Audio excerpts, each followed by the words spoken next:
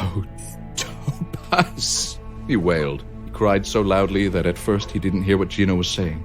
But suddenly his head seemed to clear, and Gino's words came into focus, loud and unmistakable. She's alive! She's alive! Hary, come quick! She's breathing! Topaz is alive!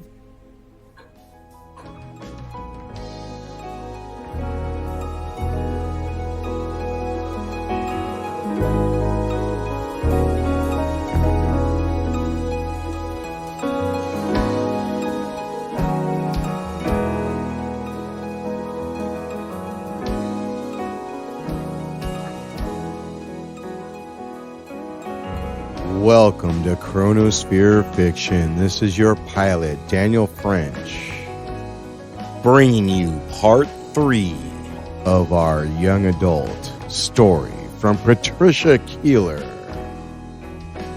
Hary the Hamster goes to Venice. You just heard where we left off. Let's hear where it goes next.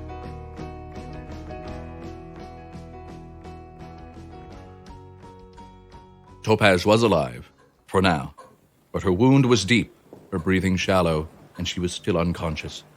All of the mice gathered round their injured friend, and an eerie hush hung over them like a mist. Hary made his way through the crowd and bent over his little friend. Will she survive? Gino sighed deeply through his nose. It's hard to say. We'll move her into a quiet room, dress her wounds, and give her water. We'll do the best we can, Hary. Be sure that you do. Hary watched as 6 elderly mice broke away from the group and surrounded Topaz. Between them, in 2 lines of 3, they hoisted the unconscious mouse up onto their shoulders like a coffin, and as they carried her away, the crowd parted to let her through. You win, said Hary to Gino, watching his little friend being carried away. I'll fight the rats. I'll make them pay. For the rest of their lives, they'll regret the day that they dared to lay a claw on Topaz. What will you do? But Hary had climbed up onto an overturned fruit crate and had turned to address the whole palace of mice. Listen up! The crowd was still chattering amongst itself, but Hary stayed standing, and soon murmurings And be quiet, the hamster is going to talk, could be heard. In next to no time, they had all settled down and were giving their full attention to Hary. Listen up! Today, once again, Nero and his gang of rat pirates have attacked the Mouse Palace. They stole your food, damaged your home, and killed and wounded your family and friends. The crowd was struck to absolute silence as Hary laid down these difficult truths. This was not the first time that the rats have done this. And you all know, even better than I do, that it won't be the last. The crowd nodded and murmured to itself. Yes, they knew all right. They knew only too well. Next time, said Hary, pointing his paw into the mass of little grey faces and letting it drift from mouse to mouse, it could be you that is carried away like Topaz. Or you! Oh, yes, murmured the mice. They knew. We must fight. We must all join together and stand up to the rat pirates. We must fight them and drive them out of Venice once and for all. Yes, cried the crowd. Out with the rat pirates. We will fight them. We will beat them. But wait, came a scratchy voice from below the crate where Hary stood. It belonged to Mario. How can we defeat them? The rats are much bigger, much stronger, and much more cunning than we are. We wouldn't stand a chance. The crowd was suddenly hushed. Then Gino spoke up. We outnumber the rats. They are stronger and bigger, but there are more of us. Yes, and not only that, we can build weapons and shields and use them to take on the rats and their claws. Weapons?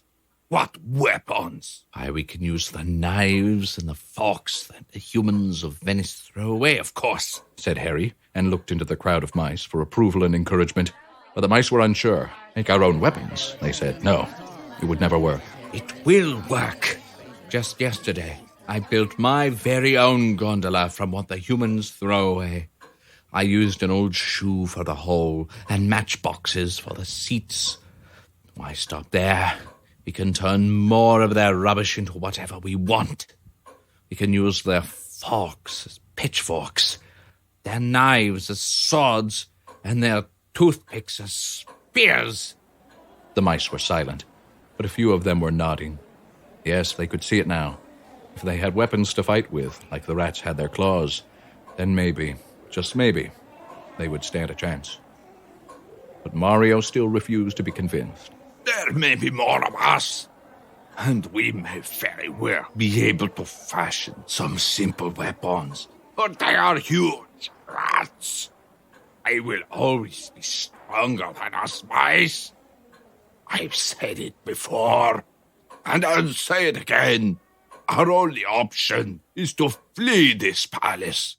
We must accept our fate and just be thankful that we can leave here with our lives. Mario's words struck a note of truth within the mice. They had all known someone, a brother, sister, a friend, a parent, who had fallen by the deadly claws of the rat pirates. For a moment it felt like Hary had lost them. He could almost feel the fear that Mario's words had opened up within them, and indeed 1 or 2 mice at the back of the crowd had turned their backs on him and were walking away. No! Hary yelled. We must fight them, and we must defeat them. Where will you go if you leave here? Will you sleep in the drains, out on the streets? And who's to say that the rat pirates will let you alone, even if you do leave? Because they won't. You all know they will continue to terrorize us like the cowards they are. So go. Leave now, and every life that has been lost amongst you to these gutless bullies will have been for nothing. But stay and fight, and every mouse that has ever fallen will live again in all your hearts. For a moment there was silence. But then one mouse started to clap. Then another joined in. Then another, and another. And soon the whole palace was applauding Hary and cheering his name. Yes! This palace belongs to the mice! We will stand defeat the rats! And one by one, a little flame ignited behind each of the little rodents' eyes. And all of a sudden, they were no longer a shamble of frightened mice. They were loud, and they were brave. They were an army. Hary climbed down from the fruit crate. You've done it! You have united us against the rats! You're one of us now, Hary. Yes, I suppose I am. But where did Mario go? You wandered off as you were giving your speech. He's a sulker and he doesn't like to lose. But don't worry about him. You made the rest of us believe, Hary. For the first time in our lives, we believe we can defeat the rat pirates. Even so, we can't do it alone.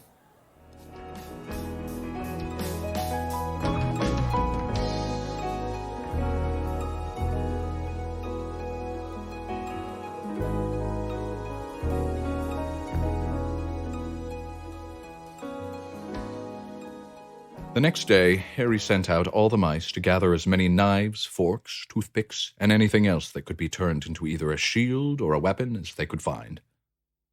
Yes, sir, They said to Hary after he'd given them their orders. we'll make sure we do a good job, sir. Hary, too, set out into the alleyways and canals of Venice. But it wasn't supplies and weapons he was looking for. It was the cats. Now, this may seem like a rather foolish thing for a lone little hamster to be doing. After all, cats and rodents are sworn enemies, no matter where one is in the world. But Hary had a plan. Nevertheless, no matter where he went, he just couldn't find them. All day long, he strolled up and down the canals, and he was beginning to think that he would have to return to the Mouse Palace without having completed his task.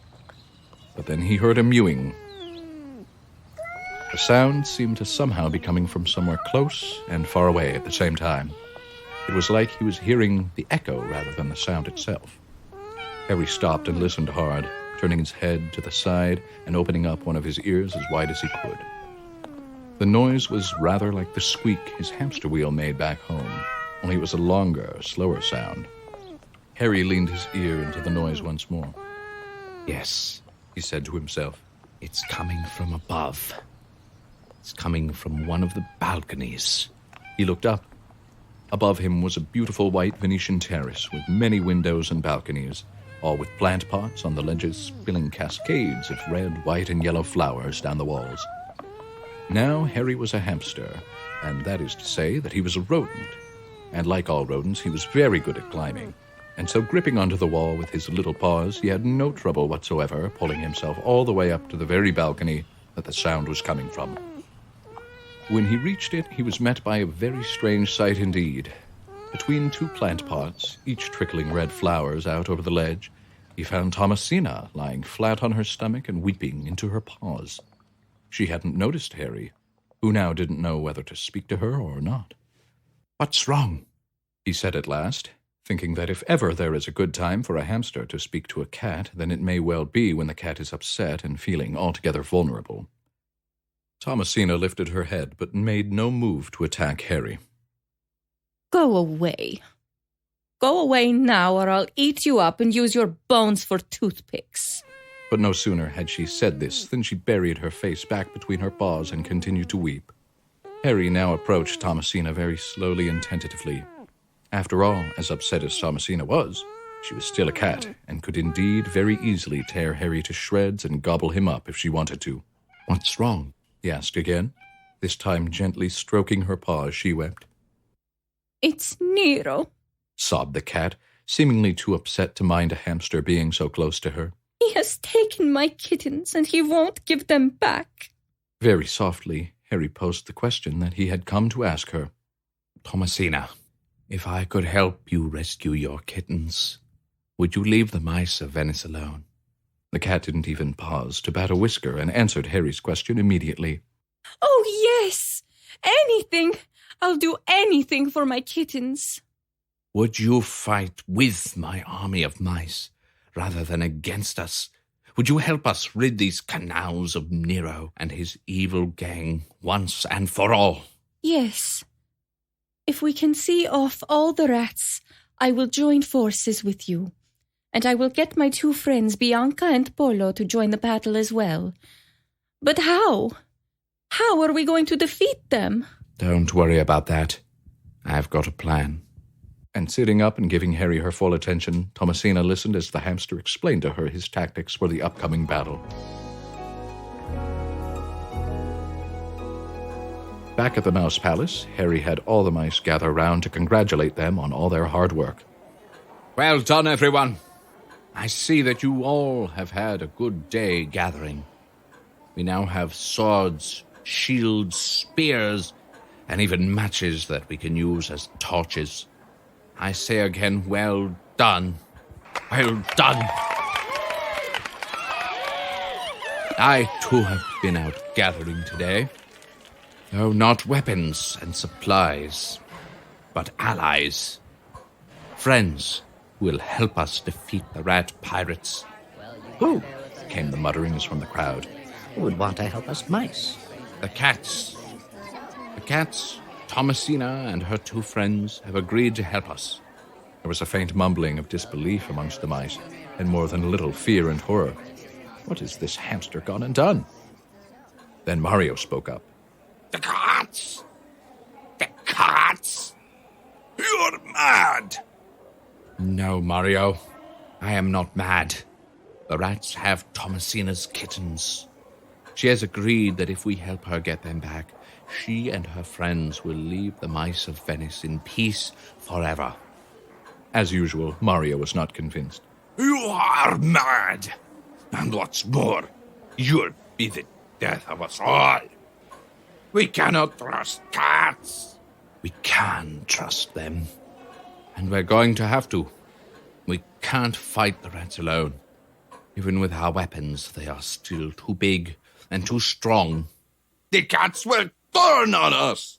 They will chew us up and spit us out. No, they will keep their word.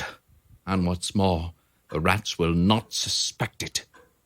We will have the upper hand. The mice liked the sound of this. Yes, they said amongst themselves, not even the cunning rats could be prepared for cats and mice standing and fighting together. But Mario refused to believe. I say out with you! A hamster cannot lead mice! Get out! Get out! And he started towards Hary's fruit crate, shaking his fists furiously. Gino stopped him in his tracks. No, Mario. Harry's right. But he's just a hamster! He shouldn't even be allowed here. Come on, all of you. Let's banish this intruder! But by now the mice were on Hary's side. They all stood silently and stared at Mario. We trust Hary! Someone shouted from the crowd. He's one of us, Said someone else. We don't care that he's a hamster. Shouted a third. Mario stood shaking his head in disgust. Then may all of you fall down where you stand. And he turned and left the mouse palace, grumbling and spitting as he walked.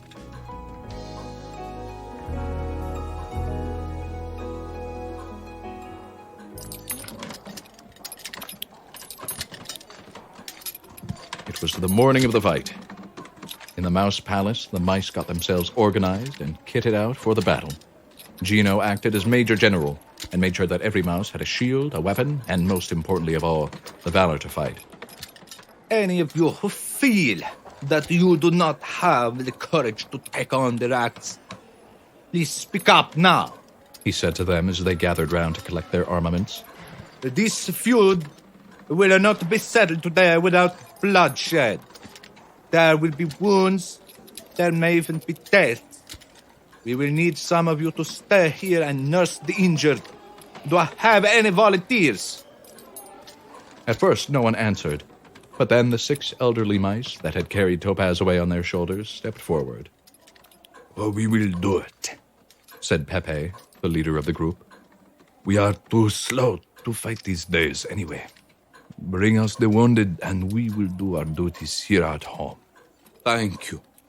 Are there any more that do not feel up to the challenge we face? The rest of the mice remained silent. Then good luck, comrades. You all know the plan. When the clock strikes 1, the rats fall down. Let the battle commence at 1. Now, thought Gino to himself. Where's Hary? Hary was down by the canal, sitting on the edge with his feet dangling over the side. His head was slumped between his shoulders, and his ears were flattened down. He'd just come from the chamber where Pepe and the elderly mice had taken Topaz to be nursed, but there was no change to her health. She was still unconscious, laying flat on a straw bed the mice had made for her whole body wrapped in a white bandage. Hary had wanted to sit with her a while, but Mario had soon turned up and demanded that he leave. Get out of here! Gone! Leave my sister alone. You've brought her enough trouble already. Hary, reluctantly, had done what he was told. He hadn't realized that Topaz was Mario's sister, and felt for the first time like he was doing nothing but being an interference. He didn't want to leave Topaz, but more importantly, he didn't want to cause any disturbance that might disrupt her rest. All he wanted was for his little friend to have all the peace and quiet she needed in the hope that she might get better quickly. But what if she doesn't get better? Hary asked now to the canal. Beneath him, the beautiful gondolas continued to slip by. Little waves peeled off their bows and eventually broke against the canal wall, splashing Hary lightly against his feet. They made Hary remember his first day in Venice, when the speedboat had caused that enormous wave that had nearly washed him away. The thought made Hary sigh into his chest. How his life had changed since then. How had his simple hunt for adventure turned into a battle for Topaz's life? And how had it happened that a little pet hamster from England could now be leading an army of mice in Venice? What was more, someone had even pinched his gondola. The speedboat was still there, moored up outside the mouse palace. But next to it, where Hary had tied up his little boat he'd made from a shoe, was just an empty space. Hary closed his eyes and shook his head. Cheer up, little fella. Came a voice all of a sudden from beneath Hary's feet. It might never happen. Hary peered over the edge into the water below him. Looking back at him were 2 pairs of little black eyes that belonged to a duo of water voles. The voles were each wearing a little waistcoat upon their backs, one blue, one crimson. They were standing on a narrow stone ledge at water level. Hary had never noticed the ledge before, but it ran all along the canal on both sides. "Who are you?" asked Hary. Why, I'm Mr. Vole, Said the vole in the blue waistcoat. and this here's my wife, Mrs. Vole. How do you do? How do you think he does? Look at the state of him. I never seen a sadder face in all my years. I was only asking, poor boy. What's your name, son? Hary the Hamster. Ooh, a hamster. How exotic. I don't think I've ever met a hamster before. Of course you haven't. Hamsters live in Spain. In Spain? Oh, they don't, you silly bulb. They live in trees around the North Pole. I come from England, actually, and I'm starting to wish that I'd stayed there. Oh, dear. Been having trouble with the cats, have you? No, not the cats. It's the rat pirates. They attacked the Mouse Palace and injured a very close friend of mine, and I don't know if she will survive. Oh, the rat pirates. Now, they are a vicious lot. Still, they don't bother us, do they, Mrs. Vole? No, they don't. We keep ourselves to the water, see? The rats can't stand the water. They hate it even more than the cats. Really? That is interesting to know. Oh, yes. Absolutely terrified of water are rats. They can't swim, see? I tell you, those mice could find a way of dropping all the rats in the canal, they'd probably win the battle this afternoon. The battle? How have you voles heard about the battle? Oh, we hear everything we do. No one notices us down here by the water's edge, but we hear all the chatter goes on up where you are. I could tell you all sorts of secrets about the folk that live around here. Like there's this one silly mouse I heard the other day who thinks he's going to be a gondolier. You ever heard such nonsense? That wasn't a mouse, that was me. But never mind that. What have you heard about the battle? Oh, nothing much, really. Only that cats are apparently joining forces with the mice. Sounds daft to me, but that's what I heard. Who was saying this? Why, a little gray mouse. He was telling that giant rat Nero all about it. The cats were going to ambush the rat pirates in the battle for the palace. Telling the rats? Who was telling them? Who was this mouse? Oh, now, I don't know any of the mice by name. But what did he look like? I couldn't tell you that either, Hary. My old eyes ain't what they used to be. It doesn't matter. I know exactly who it was. And leaving Mr. and Mrs. Vole scratching their heads at this strange hamster who asked so many questions, Hary turned and ran as fast as he could back to the Mouse Palace. As soon as he arrived, Hary ran straight for Topaz's room, planning to confront the traitor face to face. He barged past Gino, who was giving out the last of the orders to the congregated mice, and burst through the door of Topaz's chamber. But she wasn't there. Only Pepe and his 5 friends were in the room, preparing the beds for any mice wounded in the battle. Where is he? Where's Mario? At first, the mice were too shocked to speak. Hary had exploded upon them so suddenly and with such force that they had thought he was a rat pirate come to tear them apart. Where's Mario? And what's he done with Topaz? They've gone, Said Pepe. Topaz started to wake up and Mario took her out of here. Where? I don't know, he didn't say. Behind Hary, Gino had now come into the room. Hary, what's going on here? Where's Topaz? Mario's a traitor. That's what's going on here. He's told the rats about our plans. The rat pirates know about the cats. Gino's ears immediately stiffened. His eyes widened and his whiskers twitched. But how? How do you know this? The water voles. They overheard Mario telling the rats everything.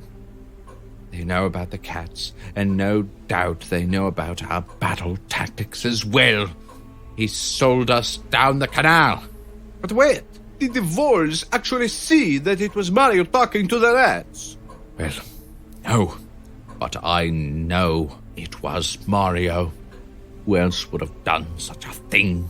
Gino slowly shook his head as he thought about this. No one. You're right, Hary. It was Mario. It had to be. I know. And now the wicked little traitor has taken Topaz and escaped. But what are we to do? Asked Gino.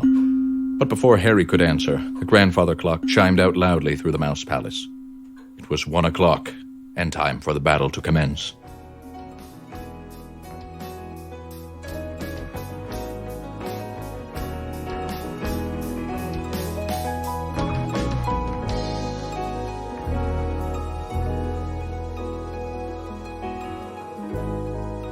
Looks like there's going to be a fight coming up. But that's it for this episode of Hary the Hamster Goes to Venice. Next episode is the finale. So keep a lookout for the final episode of Hary the Hamster Goes to Venice. Written by Patricia Keiller. The voice of your narrator and Hary, Gino, Mario, and Nero is Blake Benlan.